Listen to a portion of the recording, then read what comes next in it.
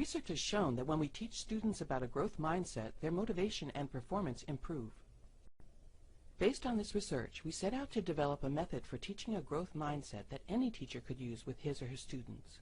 We created the Brainology software, an interactive animated program for students in grades 4 through 9 that teaches them about how the brain works, how it becomes smarter through learning, and brain-wise study strategies to put this knowledge into practice. At the beginning of the program, students meet Chris and Dahlia and learn about their challenges in school. Guided by the brain orb, they take on a key challenge in each unit and explore the solution in the lab of Dr. Cerebrus. Students use tools in the program to access information, navigate the program, and journal their reflections on what they are learning. Teachers play a vital role in helping students to learn and maintain a growth mindset. On the main course site, you will find the teacher's curriculum guide, which includes a detailed description of the key information in each unit, along with activities to support students' learning. The guide provides strategies to help you support students in maintaining a growth mindset through feedback and discussions in the classroom, and classroom activities key to the content of each unit that teachers can use to help introduce, reinforce, practice, and assess students' learning of the concepts and skills in the Brainology program. These materials were developed in collaboration with teachers who have used the Brainology program in the classroom, learning firsthand about the benefits of teaching students a growth mindset and how best to support it. Emily Deal and Jen Machin have a combined 28 years of teaching experience in both elementary and secondary school settings. Emily is now an instructional coach, supporting teachers of students with a wide spectrum of skills. And before I learned about mindset theory, I didn't have an answer, and I really spent some days very sad and even sometimes walking by kids and not able to help them, and honestly, strategically abandoning kids, and it's a heartbreaking thing to do as an educator. I've used the Brainology program for students for 3 years now, and discovered it through Carol Dweck's book, Mindset. The first year my school used it was 0809, and we did it with a group of intervention students, 9th and 10th graders. Even though the program was intended for 7th grade, it was still absolutely appropriate for our group of kids, and they really loved it. We did several follow-up lessons. The kids ended up having about 18 to 20 lessons over the course of 30 weeks, and it was absolutely transformative. There were times when the kids just blossomed through this program. We had a 32-point jump in our API for our California standards test, and that is almost unheard of. Just absolutely amazing results for those kids. We'll go through a brief outline of the 4 units of Brainology now, and highlight some of the information and activities from the guide and toolkit that teachers can use to support students' learning. Each of the 4 instructional units of Brainology focuses on a key aspect of brain functioning and how students can apply it to their own learning. In Unit 1, Brain Basics, students learn that the brain is the body's control center. They explore how different areas of the brain do different things, how it receives messages from the senses, and controls the rest of the body. They also find out that the brain needs sleep and good nutrition to function well. They also learn how to increase their focus by managing distractions, and why using all their senses and engaging in active learning can help their brain to learn better.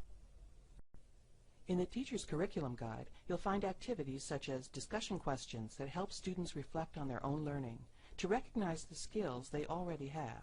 This activity empowers students to see themselves as learners already, and prepares them to take responsibility for their own academic effort.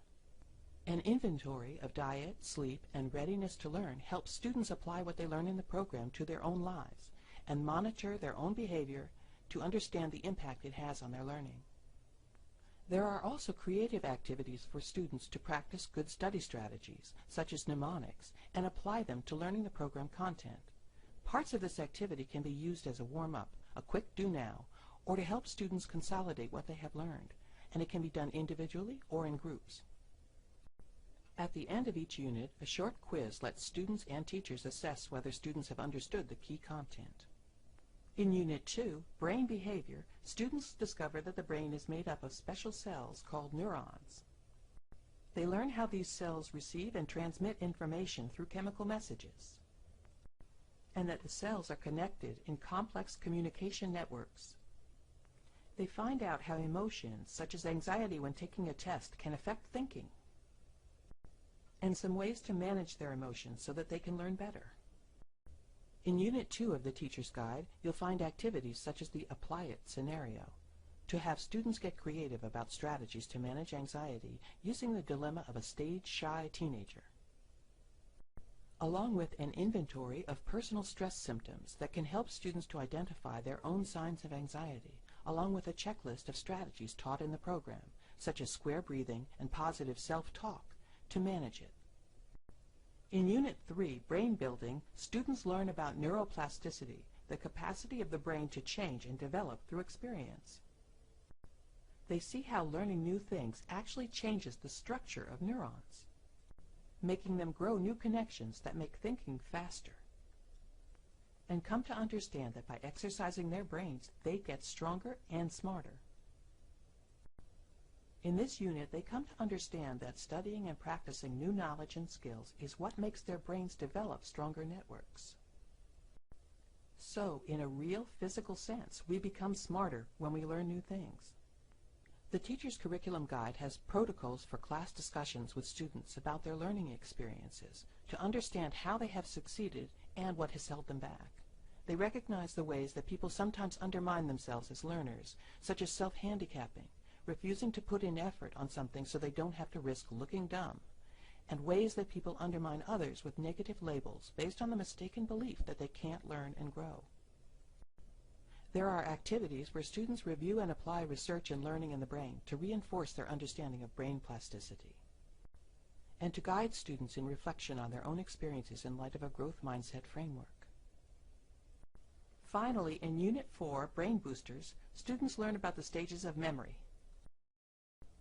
They explore how information moves from short to long-term memory, and how they can use effective strategies such as mnemonics, visual aids, chunking information, and connecting new information to current knowledge to make their memories work better. The Teacher's Guide contains handouts to help students clarify how memory works and understand how they can use this information to support better learning through focused attention, practice, and review. This unit of the guide also includes lots of specific study strategies that students can use to help them learn more effectively and develop good study plans so they can make the most of their brain's ability to learn and develop. I think that Brainology offers a really powerful image of learning.